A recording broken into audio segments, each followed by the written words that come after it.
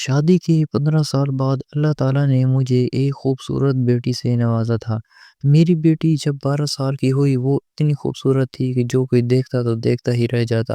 لیکن کچھ دنوں سے میری بیٹی کا پیٹ پھولنے لگا تھا۔ میں چپکے سے اسے ڈاکٹر کے پاس لے گئی تو پتہ چلا میری بیٹی حاملہ ہے۔ راز جاننے کے لیے ایک رات میں بیٹی کی جگہ میں اس کے بستر پر سو گئی۔ رات 2 بجے کے قریب دروازہ کھلا، جب میں نے دیکھا تو میرے پیروں تلے سے زمین نکل گئی۔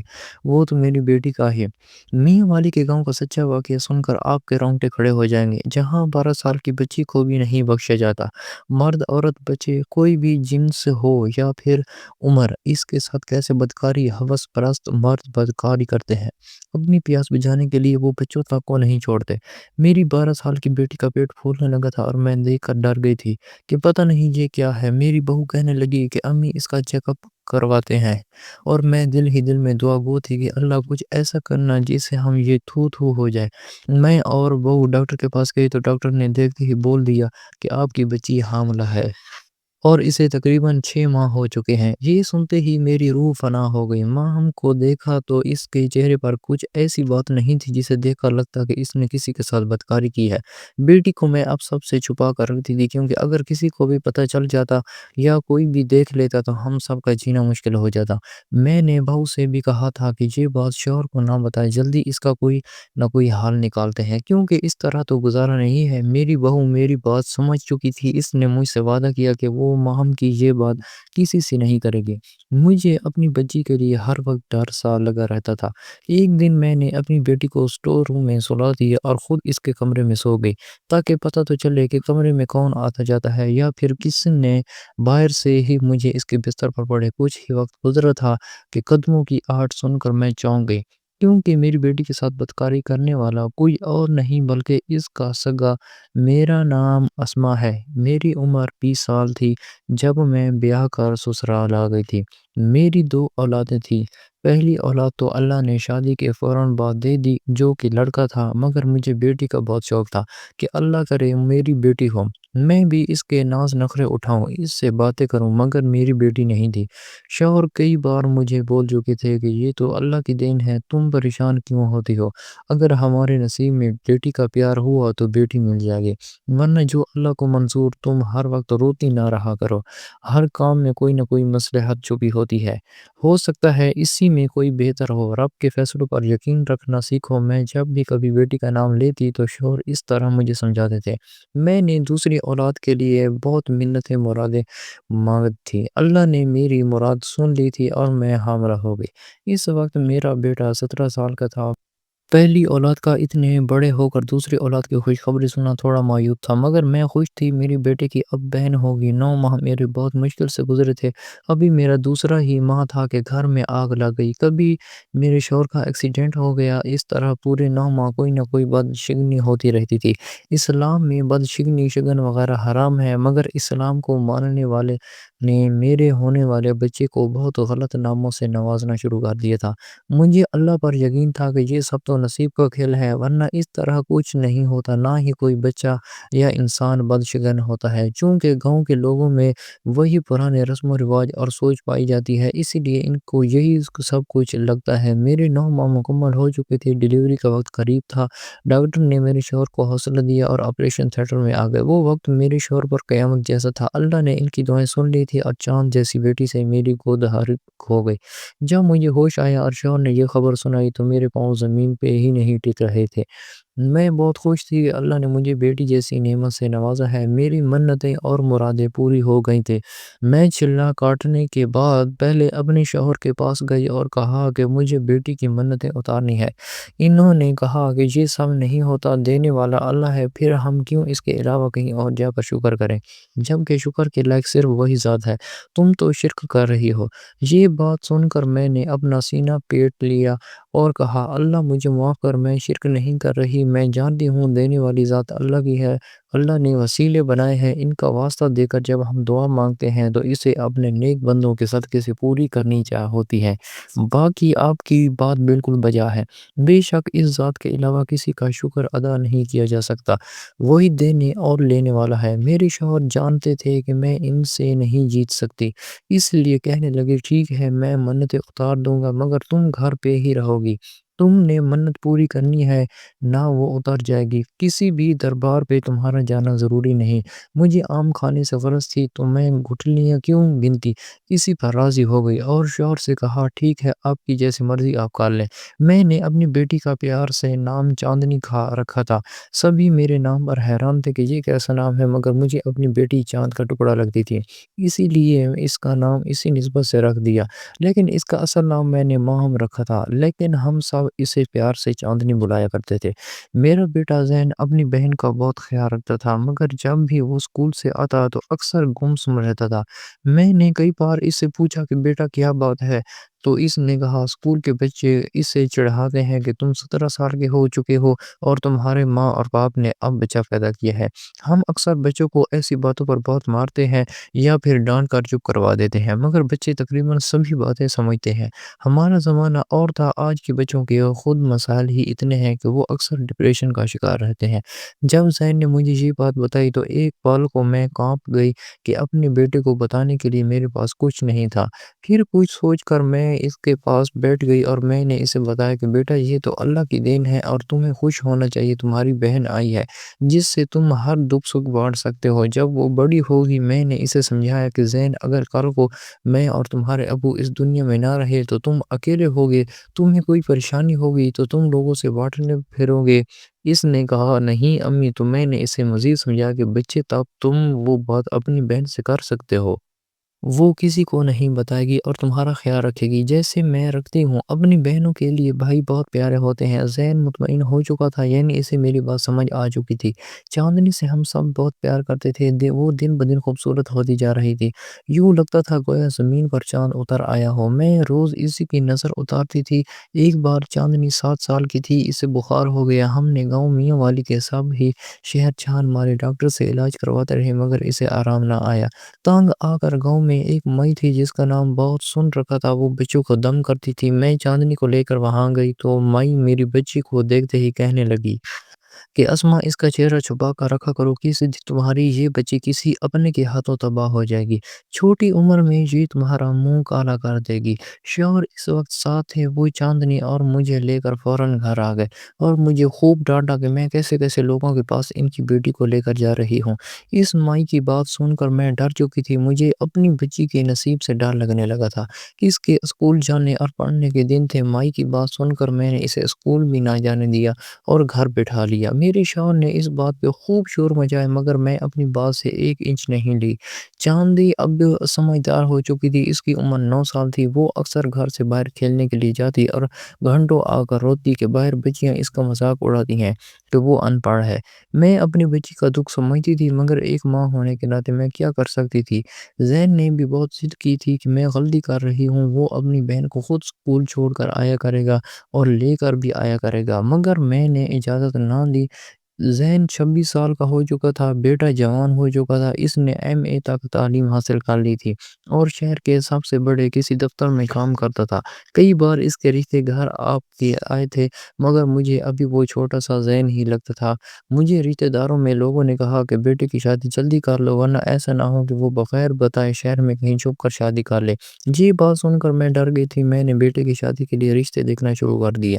جب زین کو پتہ چلا تو اس نے کہا امی آپ جب کہیں گی میں کر لوں گا، جہاں کہیں کہیں گی لوں گا کر لوں گا۔ میری شوہر کی طبیعت بھی خراب رہنے لگی تھی، انہوں نے بیٹے کا رشتہ گاؤں میں ہی طے کر دیا۔ لڑکی پڑھی لکھی نہیں تھی، میں نے جب اصرار کیا تو شوہر کہنے لگے کہ میں اب زبان دے چکا ہوں اور لڑکی اچھی ہے، ہماری خدمت کرے گی، زین کو بھی خوش رکھے گی، تمہیں کسی بات کا ڈر ہے؟ چاندنی بھائی کی شادی کا سن کر بہت خوش ہو گئی تھی، اس وقت وہ 12 سال کی تھی جب زین کی ہم نے شادی کر دی اور ریحانہ کو بہو بنا کر گھر لے آئے۔ ریحانہ گھر داری میں ماہر تھی، شادی کے 2 ماہ میں وہ ہم سب کا دل جیت چکی تھی۔ میں تو اسے دعائیں دیتے نہ تھکتی تھی کہ چلو اللہ نے اتنی صغر بچی میرے بیٹے کی دلہن بنا دی۔ چاندنی ہر وقت بھابھی بھابھی کرتی رہتی۔ ریحانہ کے آنے کے بعد بھی زین چاندنی کو زیادہ وقت دیتا تھا جیسے شادی سے پہلے دیتا تھا۔ ریحانہ اس بات کا ہم سے شکوہ نہیں کرتی تھی، مگر میں یہ بات اس کے چہرے سے پڑھ چکی تھی۔ ذہن کو یہ بات سمجھائی کہ بیٹا اس بات کا خیال رکھو کہ بیوی اور بہن میں کوئی بات نہ ہو۔ تم اسے زیادہ وقت دیتے ہو اور اسے کم۔ بیٹی کی شادی کو 9 ماہ ہو چکے تھے، مگر میں نے نوٹ کیا تھا مجھے جیسے میری بہو کا اپنے میکے آنا جانا بہت ہے۔ وہ ہر ہفتے میں 2 3 بار میکے چکر لگا کر آتی ہے، جو بات مجھے بالکل پسند نہیں تھی۔ میں نے بہو کو منع کی تو اس نے کہا امی ایک گاؤں میں شادی کروانے کا یہی تو فائدہ ہے، جب مرضی اپنے والدین سے ملنے چلے جاؤ۔ اس کی بات سن کر میں حیران رہ گئی تو بہو کی بات چیت مجھے اب ایک آنکھ نہیں بھاتی تھی۔ مجھے ایسا لگتا تھا جیسے میں کچھ زیادہ سوچ رہی ہوں۔ ایک دن محلے میں کسی کے گھر محفل تھی تو میں وہاں چلی گئی تو مجھے ایک عورت نے اسما تمہاری بہو ریحانہ وڈیروں کے گھر کیوں جاتی ہے؟ تم جانتی نہیں ہو وہ لوگ کتنے خطرناک ہیں، پورے گاؤں میں ان کی دہشت ہے، تم اسے منع کیوں نہیں کرتے؟ یہ بات سن کر میں ڈر گئی تھی، کیونکہ بہو نے تو کبھی وڈیروں کے گھر جانے کا ذکر مجھ سے کیا ہی نہیں تھا۔ گھر آ کر بھی میں یہ بات سوچ رہی ہی، مگر مجھے کوئی جواب نہ ملا۔ چاندنی بھی ان دنوں چپ چپ سی رہنے لگی تھی، اس کی رنگت پیلی پڑنے لگی تھی۔ میں بچی کو دیکھ کر پریشان تھی اور ڈاکٹر کے پاس لے جانا چاہتی تھی تو بہو نے روک دیا کہ ویسے ہی غذا کی کمی ہے، 7 8 دن خالص غذا اپنی نند کو کھلاؤں گی تو دیکھنا امی کیسے ٹھیک ہوتی ہے۔ میں اس کی بات سے ان کر مطمئن ہو گئی تھی۔ چاندنی کو بہو پچھلے 7 دن سے طاقت کی غذا کھلا رہی تھی، مگر وہ تھی ان کی دن بدن سو کر کانٹا بنتی جا رہی تھی۔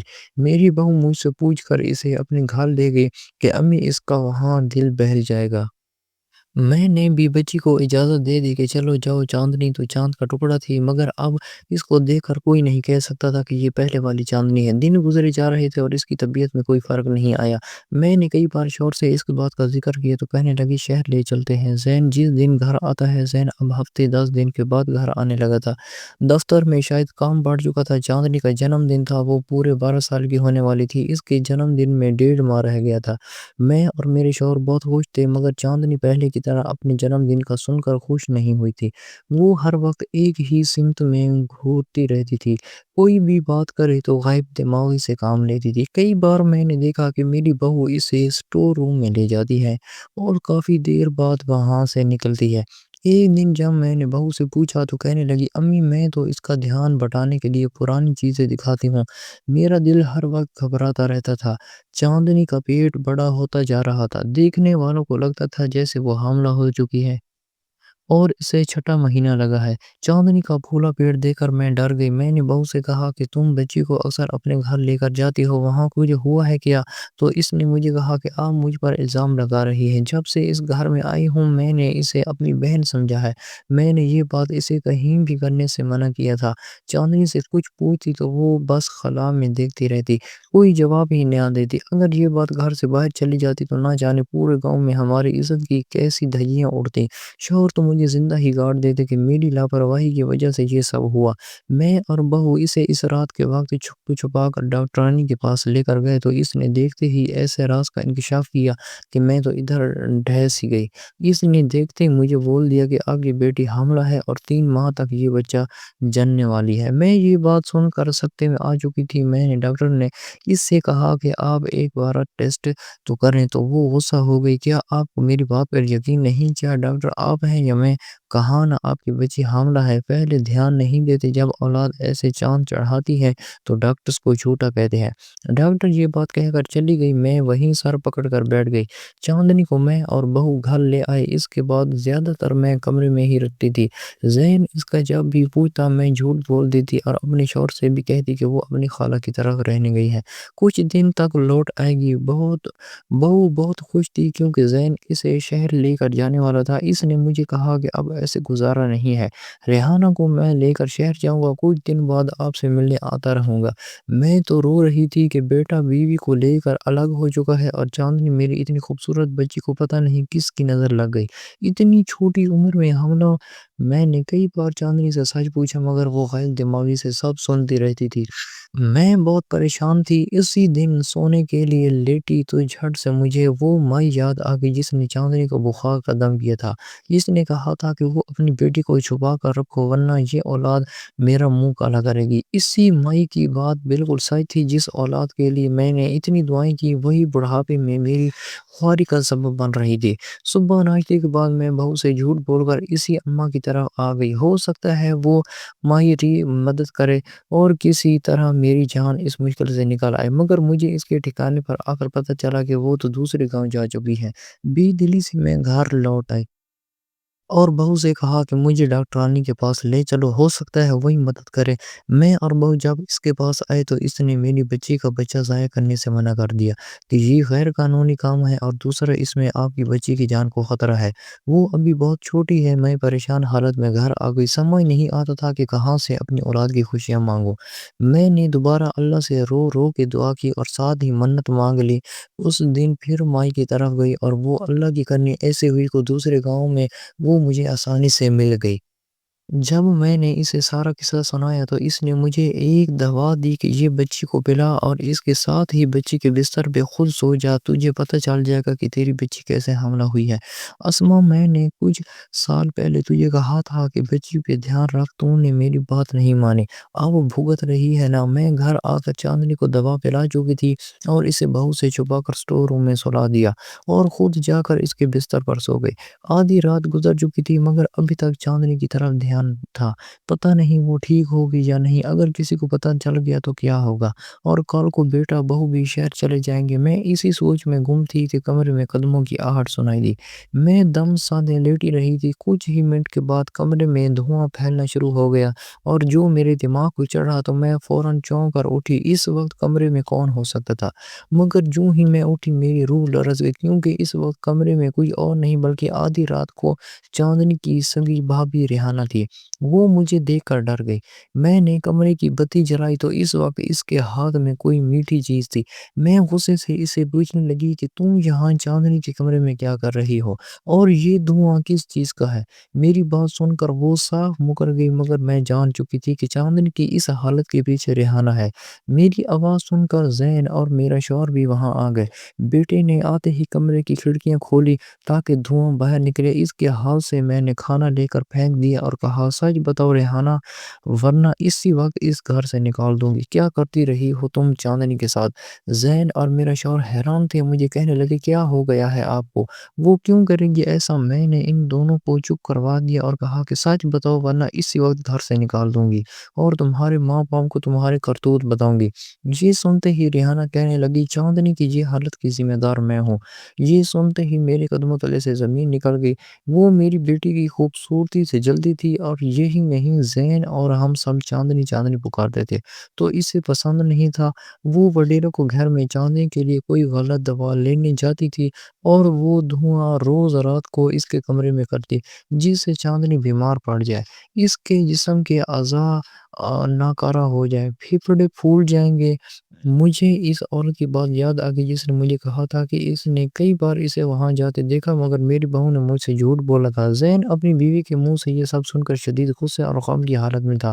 اس نے مجھ سے چاندنی کو پوچھا، میں نے اسے سٹور کا بتایا۔ وہ اپنی بہن کو سٹور سے جب لے کر آیا تو اس کے پھولے پیٹ کو دیکھ کر ڈر گیا، مگر وہ سچ جان چکا تھا کہ اس کی بیوی نے کیا کیا ہے۔ حسد کی آگ میں اس نے میری معصوم بچی کی زندگی تباہ کر دی۔ زین نے ریحانہ کو گھر سے فوراً نکال دیا۔ میں اگلی صبح بیٹے کے ساتھ بچی کو ہسپتال لے آئی۔ ڈاکٹر نے کہا کہ آپ کی بچی کو کوئی زہریلا دیا جاتا رہا ہے جس سے اس کا جسم پھول چکا ہے، لیکن آپ فکر نہ کریں، اللہ سے دعا کریں کہ آپ کی بچی ٹھیک ہو جائے۔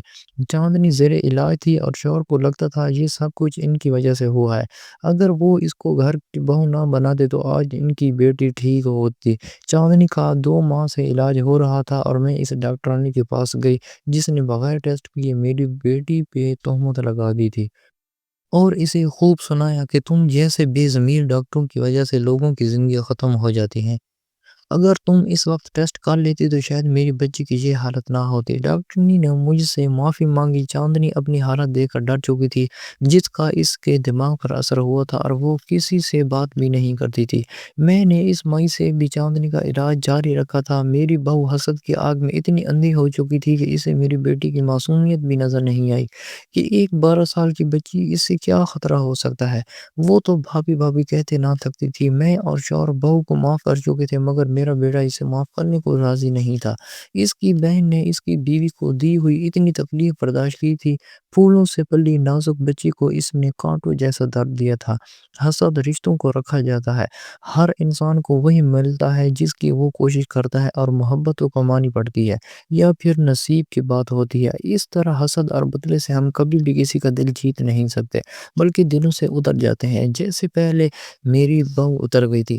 اس کی غلطی کو ہم نے معاف تو کر دیا تھا، کیونکہ وہ میرے بیٹے کی بچی کی ماں بن چکی تھی، مگر دلوں میں آئی خلش کو کوئی بھی ختم نہیں کر سکتا۔ اس لیے کبھی بھی کسی کا گھر برباد کر کے اس پر اپنے گھر کی بنیاد نہ رکھے۔ تو دوستو، یہ تھی آج کی کہانی۔ ویڈیو کو پسند آئے تو لائک اور شیئر ضرور کیجیے گا۔ ہمارے چینل کو ضرور سبسکرائب کریں تاکہ ہر آنے والی ویڈیو کو نوٹیفیکیشن بر وقت آپ کو مل سکے۔ ملتے ہیں اگلی ویڈیو میں، تب تک کے لیے اللہ حافظ۔